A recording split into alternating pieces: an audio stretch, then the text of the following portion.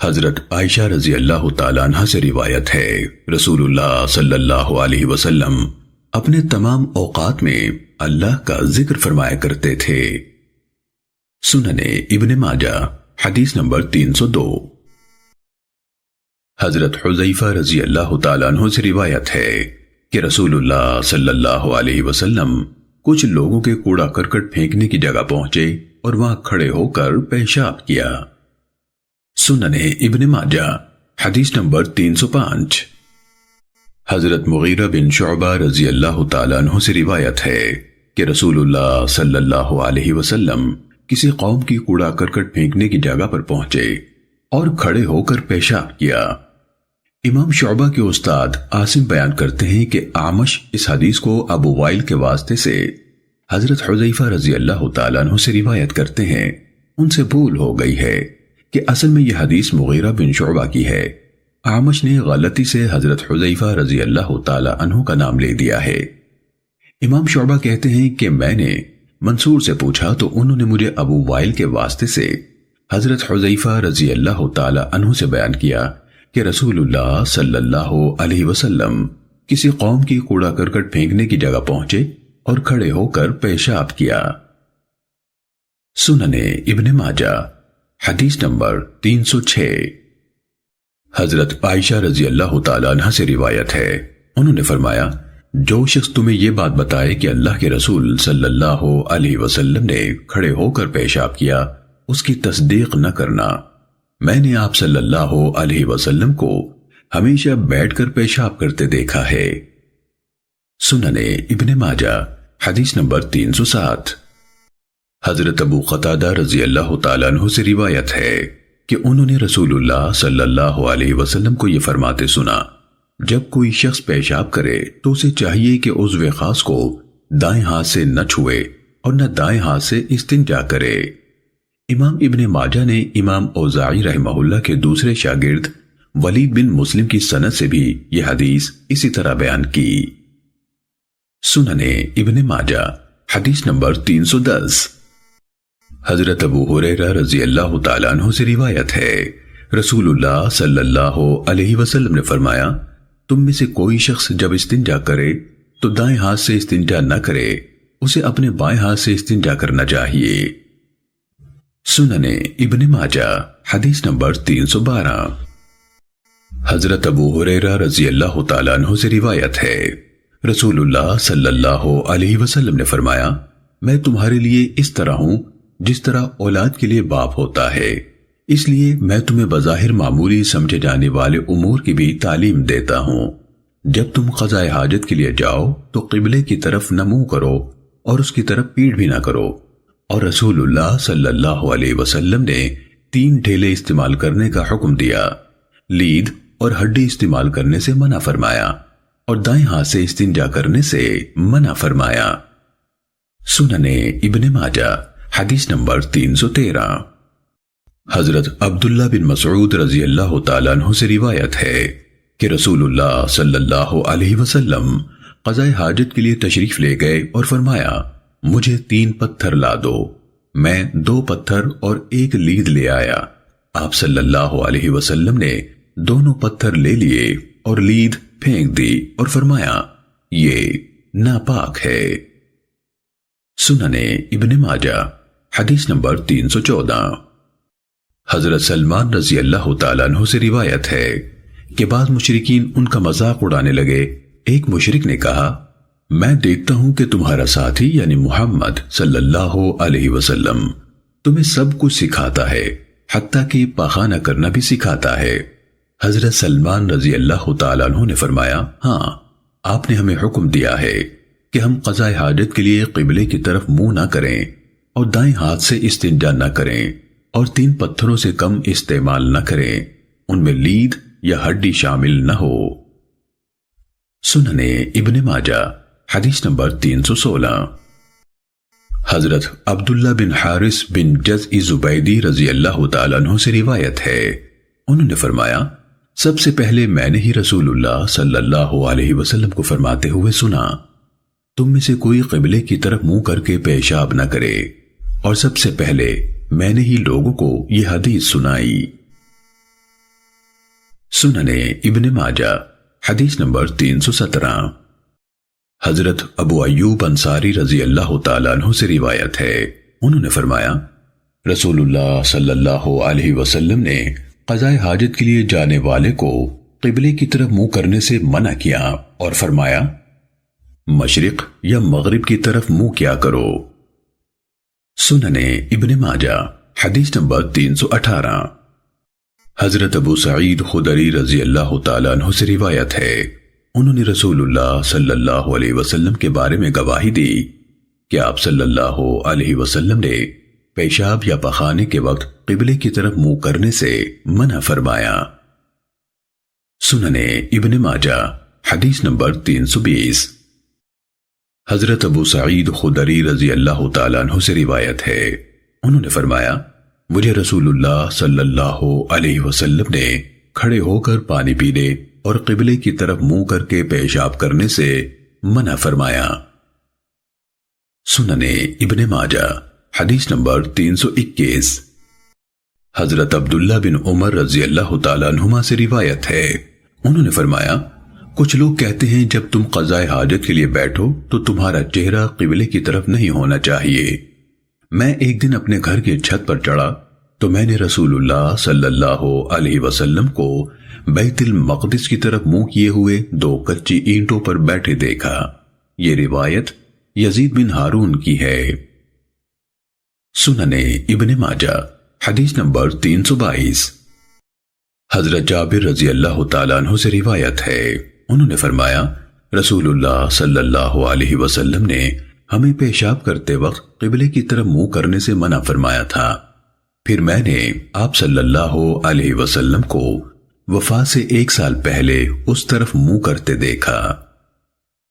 سننے ابن ماجہ حدیث نمبر 325۔ حضرت مغیرہ بن شعبہ رضی اللہ تعالیٰ عنہ سے روایت ہے، انہوں نے فرمایا نبی صلی اللہ علیہ وسلم جب قضاء حاجت کے لیے جاتے تو دور تشریف لے جاتے تھے۔ سننے ابن ماجہ حدیث نمبر 331۔ حضرت یعلا بن مرہ رضی اللہ تعالیٰ عنہ سے روایت ہے، انہوں نے فرمایا نبی صلی اللہ علیہ وسلم جب قضاء حاجت کے لیے جاتے تو دور تشریف لے جاتے تھے۔ سننے ابن ماجہ حدیث نمبر 333۔ حضرت عبد الرحمن بن ابو قرات رضی اللہ تعالیٰ عنہ سے روایت ہے، انہوں نے فرمایا میں نے نبی صلی اللہ علیہ وسلم کے ہمراہ حج کیا، راستے میں آپ قضاء حاجت کے لیے گئے تو لوگوں سے دور تشریف لے گئے۔ سننے ابن ماجہ حدیث نمبر 334۔ حضرت بلال بن حارث مزنی رضی اللہ تعالیٰ عنہ سے روایت ہے کہ رسول اللہ صلی اللہ علیہ وسلم جب قضاء حاجت کے لیے جاتے تو دور چلے جاتے۔ سننے ابن ماجہ حدیث نمبر 336۔ حضرت یعلا بن مرہ رضی اللہ تعالیٰ عنہ اپنے والد مرہ بن وہب ثقفی سے روایت کرتے ہیں، انہوں نے فرمایا میں ایک سفر میں نبی صلی اللہ علیہ وسلم کے ساتھ تھا، آپ نے قضاء حاجت کا ارادہ کیا تو مجھ سے فرمایا کھجور کے ان 2 چھوٹے پودوں کے پاس جا کر انہیں کہو اللہ کے رسول تمہیں حکم دیتے ہیں کہ آپس میں مل جاؤ۔ چنانچہ وہ مل گئے۔ آپ صلی اللہ علیہ وسلم نے ان کے ذریعے سے پردہ فرما کر حاجت پوری کی، پھر مجھ سے فرمایا ان کے پاس جا کر کہو تم میں سے ہر پودا اپنی اپنی جگہ واپس چلا جائے۔ میں نے انہیں کہا تو وہ اپنی اپنی جگہ واپس چلے گئے۔ سننے ابن ماجہ حدیث نمبر 339۔ حضرت عبداللہ بن جعفر رضی اللہ تعالیٰ عنہما سے روایت ہے، انہوں نے فرمایا رسول اللہ صلی اللہ علیہ وسلم قضاء حاجت کے موقع پر کسی ٹیلے یا کھجوروں کے جھنڈ کی آر لینا زیادہ پسند فرماتے تھے۔ سننے ابن ماجہ حدیث نمبر 340۔ حضرت جابر رضی اللہ تعالیٰ عنہ سے روایت ہے کہ رسول اللہ صلی اللہ علیہ وسلم نے ٹھہرے ہوئے پانی میں پیشاب کرنے سے منع فرمایا۔ سننے ابن ماجہ حدیث نمبر 343۔ حضرت ابو ہریرہ رضی اللہ تعالیٰ عنہ سے روایت ہے رسول اللہ صلی اللہ علیہ وسلم نے فرمایا کوئی شخص ٹھہرے ہوئے پانی میں ہرگز پیشاب نہ کرے۔ سننے ابن ماجہ حدیث نمبر 344۔ حضرت عبداللہ بن عباس رضی اللہ تعالیٰ عنہما سے روایت ہے، انہوں نے فرمایا رسول اللہ صلی اللہ علیہ وسلم 2 نئی قبروں کے پاس سے گزرے تو فرمایا ان دونوں آدمیوں کو عذاب ہو رہا ہے اور کسی بڑی وجہ سے عذاب نہیں ہو رہا۔ ان میں سے ایک تو اپنے پیشاب سے نہیں بچتا تھا اور دوسرا چغلخوری کا عادی تھا۔ سننے ابن ماجہ حدیث نمبر 347۔ حضرت ابو ہریرہ رضی اللہ تعالیٰ عنہ سے روایت ہے، رسول اللہ صلی اللہ علیہ وسلم نے فرمایا عذاب قبر زیادہ تر پیشاب سے احتیاط نہ کرنے کی وجہ سے ہوتا ہے۔ سننے ابن ماجہ حدیث نمبر 348۔ حضرت ابو بکرہ رضی اللہ تعالیٰ عنہ سے روایت ہے کہ نبی صلی اللہ علیہ وسلم 2 قبروں کے پاس سے گزرے تو فرمایا ان 2 شخصوں کو عذاب ہو رہا ہے اور عذاب بھی کسی بڑے کام کی وجہ سے نہیں ہو رہا، ایک کو تو پیشاب کی وجہ سے عذاب ہو رہا ہے اور دوسرے کو غیبت کی سزا مل رہی ہے۔ سننے ابن ماجہ حدیث نمبر 349۔ حضرت جابر بن عبداللہ رضی اللہ تعالیٰ عنہما سے روایت ہے کہ نبی صلی اللہ علیہ وسلم پیشاب کر رہے تھے کہ ایک آدمی پاس سے گزرا تو اس نے سلام کہا۔ رسول اللہ صلی اللہ علیہ وسلم نے اس سے فرمایا جب تم مجھے اس حالت میں دیکھو تو سلام نہ کہا کرو، اگر تم ایسا کرو گے تو میں تمہیں جواب نہیں دوں گا۔ سننے ابن ماجہ حدیث نمبر 352۔ حضرت عبداللہ بن عمر رضی اللہ تعالیٰ عنہما سے روایت ہے، انہوں نے فرمایا رسول اللہ صلی اللہ علیہ وسلم پیشاب کر رہے تھے کہ ایک آدمی پاس سے گزرا، اس نے سلام کہا تو آپ نے جواب نہ دیا۔ سننے ابن ماجہ حدیث نمبر 353۔ حضرت ابو ایوب انصاری رضی اللہ تعالیٰ عنہ، حضرت جابر بن عبداللہ اور حضرت انس بن مالک رضی اللہ عنہم سے روایت ہے کہ جب یہ آیت نازل ہوئی فیہ رجال یحبون ان یتطہروا واللہ یحب المطہرین، اس مسجد میں ایسے آدمی نماز پڑھتے ہیں جو پاک رہنا پسند کرتے ہیں اور اللہ بھی پاک رہنے والوں کو پسند فرماتا ہے، تو رسول اللہ صلی اللہ علیہ وسلم نے فرمایا اے انصار کی جماعت، اللہ تعالیٰ نے تمہاری صفائی پسندی کی تعریف کی ہے، تمہاری صفائی کیسی ہوتی ہے؟ انہوں نے عرض کیا ہم نماز کے لیے وضو کرتے ہیں، جنابت سے غسل کرتے ہیں اور پانی سے استنجا کرتے ہیں۔ آپ صلی اللہ علیہ وسلم نے فرمایا یہی بات ہے، اس کو اختیار کیے رکھنا۔ سننے ابن ماجہ حدیث نمبر 355۔ حضرت ابو ہریرہ رضی اللہ تعالیٰ عنہ سے روایت ہے کہ رسول اللہ صلی اللہ علیہ وسلم نے فرمایا آیت مبارکہ فیہ رجال یحبون ان یتطہروا واللہ یحب المطہرین، اس مسجد میں ایسے آدمی نماز پڑھتے ہیں جو پاک رہنا پسند کرتے ہیں اور اللہ بھی پاک رہنے والوں کو پسند فرماتا ہے۔ قبا والوں کے بارے میں نازل ہوئی ہے، فرمایا وہ پانی سے استنجا کرتے تھے تو ان کے بارے میں یہ آیت نازل ہوئی۔ سننے ابن ماجہ حدیث نمبر 357۔ حضرت ابو ہریرہ رضی اللہ تعالیٰ عنہ سے روایت ہے کہ نبی صلی اللہ علیہ وسلم نے قضاء حاجت کی، پھر پیتل کے برتن سے پانی لے کر استنجا کیا، پھر ہاتھ زمین پر رگڑ کر صاف کیا۔ ابو الحسن بن سلمہ قطان نے یہ حدیث شریک کے دوسرے شاگرد سعید بن سلیمان الواسطی کی سند سے اسی کی مثل بیان کی۔ سننے ابن ماجہ حدیث نمبر 358۔ حضرت جریر بن عبداللہ بجلی رضی اللہ تعالیٰ عنہ سے روایت ہے کہ اللہ کے نبی صلی اللہ علیہ وسلم درختوں کے ایک جھنڈ میں داخل ہوئے اور قضاء حاجت کی۔ حضرت جریر رضی اللہ تعالیٰ عنہ نے پانی کا برتن حاضر کیا، چنانچہ آپ نے اس سے استنجا فرمایا اور ہاتھ کو مٹی سے رگڑا۔ سننے ابن ماجہ حدیث نمبر 359۔ حضرت جابر رضی اللہ تعالیٰ عنہ سے روایت ہے، انہوں نے فرمایا نبی صلی اللہ علیہ وسلم نے ہمیں حکم دیا ہے کہ ہم اپنے مشکیزوں کا منہ باندھ دیا کریں اور برتنوں کو ڈھانک دیا کریں۔ سننے ابن ماجہ حدیث نمبر 360۔ حضرت ابو ہریرہ رضی اللہ تعالیٰ عنہ سے روایت ہے، رسول اللہ صلی اللہ علیہ وسلم نے فرمایا، جب تم میں سے کسی کے برتن میں کتا پی لے تو اسے چاہیے کہ اس برتن کو 7 بار دھوئے۔ سننے ابن ماجہ حدیث نمبر 364۔ حضرت عبداللہ بن مغفل رضی اللہ تعالیٰ عنہ سے روایت ہے کہ رسول اللہ صلی اللہ علیہ وسلم نے فرمایا، جب برتن میں کتا پی لے تو اسے 7 بار دھوؤ اور 8ویں مرتبہ مٹی کے ساتھ صاف کرو۔ سننے ابن ماجہ حدیث نمبر 365۔ حضرت عبداللہ بن عمر رضی اللہ تعالیٰ عنہما سے روایت ہے، رسول اللہ صلی اللہ علیہ وسلم نے فرمایا، جب تم میں سے کسی کے برتن میں کتا پی لے تو اسے چاہیے کہ اس برتن کو 7 بار دھوئے۔ سننے ابن ماجہ حدیث نمبر 366۔ حضرت قبشہ بنت کعب رضی اللہ تعالیٰ عنہ، جو حضرت ابو قتادہ رضی اللہ تعالیٰ عنہ کے ایک بیٹے کی بیوی تھیں، ان سے روایت ہے کہ انہوں نے حضرت ابو قتادہ رضی اللہ تعالیٰ عنہ کے لیے برتن میں پانی ڈال کر رکھا تاکہ وہ وضو کر لیں۔ اتنے میں ایک بلی آ کر اس سے پانی پینے لگی۔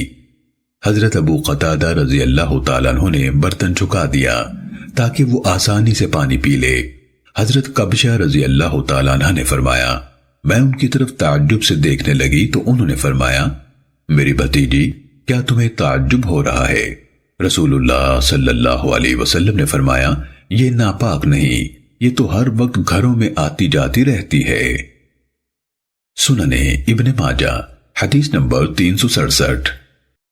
حضرت ابو ہریرہ رضی اللہ تعالیٰ عنہ سے روایت ہے کہ رسول اللہ صلی اللہ علیہ وسلم نے فرمایا، بلی کے نمازی کے آگے سے گزرنے سے نماز نہیں ٹوٹتی، کیونکہ وہ گھر کی اشیاء میں سے ہے۔ سننے ابن ماجہ حدیث نمبر 369۔ حضرت حکم بن عمر رضی اللہ تعالیٰ عنہ سے روایت ہے کہ رسول اللہ صلی اللہ علیہ وسلم نے عورت کے وضو سے بچے ہوئے پانی سے آدمی کو وضو کرنے سے منع فرمایا۔ سننے ابن ماجہ حدیث نمبر 373۔ حضرت عبداللہ بن سرجس رضی اللہ تعالیٰ عنہ سے روایت ہے کہ رسول اللہ صلی اللہ علیہ وسلم نے اس بات سے منع فرمایا ہے کہ عورت کے وضو سے بچے ہوئے پانی سے آدمی غسل کرے یا مرد کے بچے ہوئے پانی سے عورت غسل کرے، بلکہ یہ حکم دیا کہ دونوں اکٹھا شروع کر دیں۔ ابو عبداللہ ابن ماجہ یعنی مؤلف سنن ابن ماجہ نے کہا، صحیح پہلی بات ہے، دوسری وہم ہے۔ ابو الحسن بن سلمہ نے کہا، ہمیں ابو حاتم اور ابو عثمان محاربی نے بیان کیا، ان دونوں نے کہا کہ ہمیں معلّہ بن اسد نے سابق روایت کی طرح بیان کیا۔ سننے ابن ماجہ حدیث نمبر 374۔ حضرت عائشہ رضی اللہ تعالیٰ عنہ سے روایت ہے، وہ بیان کرتی ہے کہ میں اور رسول اللہ صلی اللہ علیہ وسلم ایک ہی برتن میں غسل کر لیا کرتے تھے۔ سننے ابن ماجہ حدیث نمبر 376۔ ام المومنین حضرت میمونہ رضی اللہ تعالیٰ عنہ سے روایت ہے، انہوں نے فرمایا، میں اور رسول اللہ صلی اللہ علیہ وسلم ایک ہی برتن سے غسل کر لیا کرتے تھے۔ سننے ابن ماجہ حدیث نمبر 377۔ حضرت جابر بن عبداللہ رضی اللہ تعالیٰ عنہما سے روایت ہے، انہوں نے فرمایا، رسول اللہ صلی اللہ علیہ وسلم اور آپ کی ازواج مطہرات ایک ہی برتن سے غسل کر لیا کرتے تھے۔ سننے ابن ماجہ حدیث نمبر 379۔ ام المومنین حضرت ام سلمہ رضی اللہ تعالیٰ عنہ سے روایت ہے کہ وہ اور رسول اللہ صلی اللہ علیہ وسلم ایک ہی برتن میں سے غسل کر لیتے تھے۔ سننے ابن ماجہ حدیث نمبر 380۔ حضرت عبداللہ بن عمر رضی اللہ تعالیٰ عنہما سے روایت ہے، انہوں نے فرمایا، رسول اللہ صلی اللہ علیہ وسلم کے زمانے میں مرد اور عورتیں ایک ہی برتن میں سے وضو کر لیا کرتے تھے۔ سننے ابن ماجہ حدیث نمبر 381۔ حضرت ام سبیہ جوہنیہ رضی اللہ تعالیٰ عنہ سے روایت ہے کہ ایک ہی برتن میں سے وضو کرتے ہوئے بعض اوقات میرا ہاتھ اور رسول اللہ صلی اللہ علیہ وسلم کا ہاتھ یک کے بعد دیگرے برتن میں پڑتا۔ امام ابو عبداللہ ابن ماجہ نے فرمایا، میں نے محمد بن یحییٰ زہری سے سنا، وہ کہتے تھے ام سبیہ خولہ بنت قیس ہے۔ یہ بات میں نے ابو زرعہ سے ذکر کی تو انہوں نے کہا محمد نے سچ کہا۔ سننے ابن ماجہ حدیث نمبر 382۔ حضرت عائشہ رضی اللہ تعالیٰ عنہ سے روایت ہے کہ وہ اور نبی صلی اللہ علیہ وسلم نماز کے لیے وضو مل کر اکٹھے کر لیا کرتے تھے۔ سننے ابن ماجہ حدیث نمبر 383۔ حضرت ابو ہریرہ رضی اللہ تعالیٰ عنہ سے روایت ہے، انہوں نے فرمایا ایک آدمی رسول اللہ صلی اللہ علیہ وسلم کی خدمت میں حاضر ہوا اور کہا، اے اللہ کے رسول، ہم سمندر کا سفر کرتے ہیں اور اپنے ساتھ تھوڑا سا پانی لے لیتے ہیں، اگر ہم اس سے وضو کر لیں تو پیاسے رہ جائیں گے، یعنی پینے کے لیے پانی نہیں رہے گا، تو کیا ہم سمندر کے پانی سے وضو کر لیا کریں؟ رسول اللہ صلی اللہ علیہ وسلم نے فرمایا، اس کا پانی پاک کرنے والا اور اس کا مرا ہوا جانور حلال ہے۔ سننے ابن ماجہ حدیث نمبر 386۔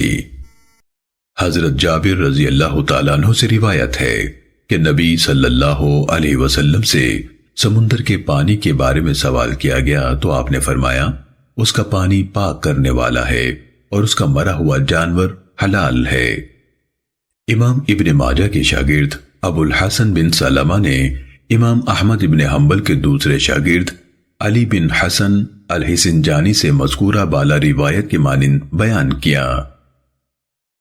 سننے ابن ماجہ حدیث نمبر 388۔ حضرت مغیرہ بن شعبہ رضی اللہ تعالیٰ عنہ سے روایت ہے، انہوں نے فرمایا نبی صلی اللہ علیہ وسلم کسی کام سے تشریف لے گئے، جب آپ واپس آئے تو میں پانی کا برتن لے کر حاضر ہوا، میں نے پانی ڈالا تو نبی صلی اللہ علیہ وسلم نے دونوں ہاتھ دھوئے، پھر چہرہ مبارک دھویا، پھر اپنے بازو دھونے کا ارادہ کیا تو جبے کی آستینیں تنگ معلوم ہوئی، چنانچہ آپ صلی اللہ علیہ وسلم نے جبے کے نیچے سے بازو نکال لیے اور انہیں دھویا اور موزوں پر مسح کیا، پھر ہمیں نماز پڑھائی۔ سننے ابن ماجہ حدیث نمبر 389۔ حضرت ابو ہریرہ رضی اللہ تعالیٰ عنہ سے روایت ہے کہ رسول اللہ صلی اللہ علیہ وسلم نے فرمایا، جب کوئی شخص رات کو سو کر جاگے تو برتن میں اپنا ہاتھ نہ ڈالے جب تک اس پر 2-3 بار پانی نہ ڈال لے، یعنی ہاتھ دھو کر پانی میں ڈالے، کیونکہ اسے معلوم نہیں کہ رات کو اس کا ہاتھ کہاں رہا ہے۔ سننے ابن ماجہ حدیث نمبر 393۔ حضرت عبداللہ بن عمر رضی اللہ تعالیٰ عنہما سے روایت ہے، رسول اللہ صلی اللہ علیہ وسلم نے فرمایا، جب تم میں سے کوئی شخص نیند سے بیدار ہو تو برتن میں ہاتھ نہ ڈالے حتیٰ کہ ہاتھ دھو لے۔ سننے ابن ماجہ حدیث نمبر 394۔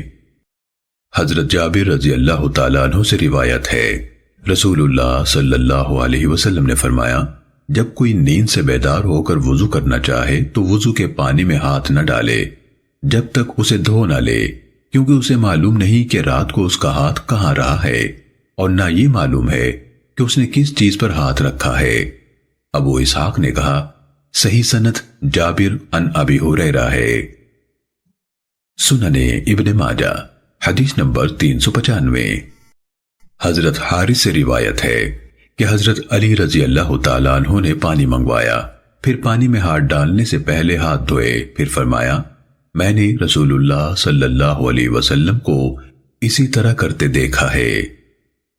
سننے ابن ماجہ حدیث نمبر 396۔ حضرت ابو سعید رضی اللہ تعالیٰ عنہ سے روایت ہے کہ نبی صلی اللہ علیہ وسلم نے فرمایا، اس شخص کا وضو نہیں جو وضو کرتے وقت اللہ کا نام نہیں لیتا۔ سننے ابن ماجہ حدیث نمبر 397۔ حضرت سعید بن زید رضی اللہ تعالیٰ عنہ سے روایت ہے، رسول اللہ صلی اللہ علیہ وسلم نے فرمایا، اس شخص کی نماز نہیں جس نے وضو نہیں کیا اور اس کا وضو نہیں جس نے اس میں اللہ کا نام نہ لیا ہو۔ سننے ابن ماجہ حدیث نمبر 398۔ حضرت ابو ہریرہ رضی اللہ تعالیٰ عنہ سے روایت ہے کہ رسول اللہ صلی اللہ علیہ وسلم نے فرمایا، اس شخص کی نماز نہیں جس کا وضو نہیں، اور اس کا وضو نہیں جس نے وضو کرتے وقت اللہ کا نام نہ لیا ہو۔ سننے ابن ماجہ حدیث نمبر 399۔